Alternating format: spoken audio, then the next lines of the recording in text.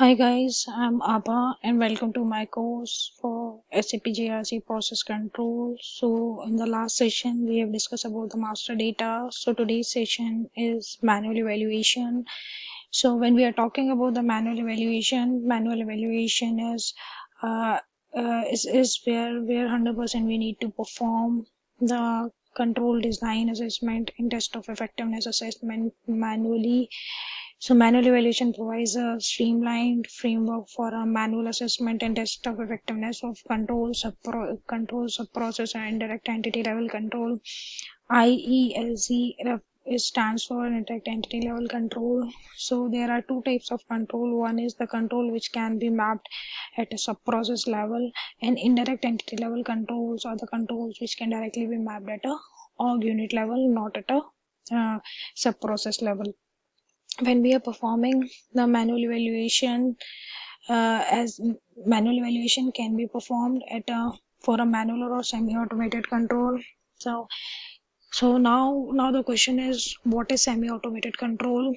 Manual control is which can 100% perform manually from fetching of evidences, evaluation of evidences, and then giving the result to a control either pass or fail. When we are talking about the semi-automated, it means a portion of that is automated and a portion of that is manual.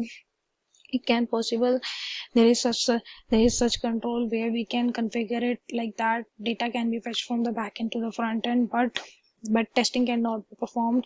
So that's a combination of automated and the manual process. It is called a semi automated control, and there are two types of manual evaluation process, that is assessment is to check either the design or functionality of a control sub process or indirect entity level control. Then test of effectiveness to check effectiveness of a control or indirect entity level control. So if we see it in more detail, how we can map it into a GRC process control. So at the left hand side we are having an assessment, on the right hand side we are having a test of effectiveness. Left hand side, let's look into these are the planner activities which are available to us while triggering the manual evaluation, that is control self assessment, control design assessment. These are basically evaluating the control definition and design, if it is appropriate or not. The difference between these two is control self the parties which are performing this, it may possible control design assessment is compliance team is looking into the design assessment, and when we are talking about the control self assessment, a management testing team is performing it.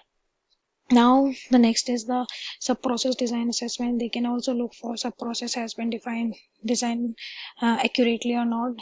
Let's suppose while we are discussing the master data, we have mentioned a sub process as a information security. It may possible company says no, we should design, we want a report not at a only at a information security level, we want it further. We want to divide it further as a network security, at security operations, identity management, application security. So the sub process should be defined in such a way. Then the next is the indirect entity level control self assessment. Now we come to the right hand side, that is test of effectiveness, where they are performing the step by step test to the control, and then they are saying it's pass or fail. So it is available for both for the central control or indirect entity level control.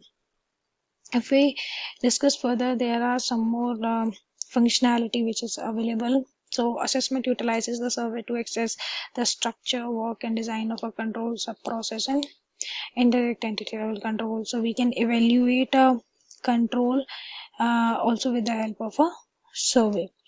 Prior to initiating the assessment workflow, questionnaire and survey should be created inside the system. So before survey and questionnaire would also be a part of master data.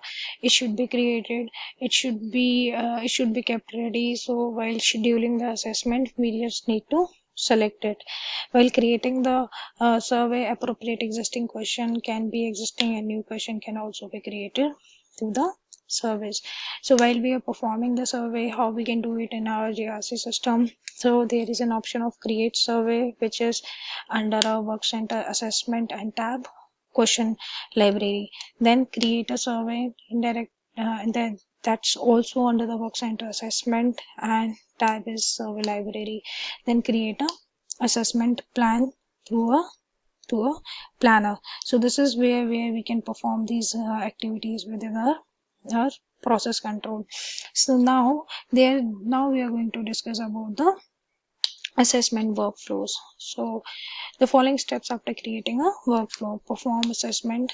First is you have scheduled the performance of a assessment. The second is if you have configured, like if you are saying the assessment is not appropriate, it's deficient or significant deficient. So when you are saying it's deficient, then it will trigger again until unless it become adequate. So if you have configured like that, it will automatically trigger the review assessment.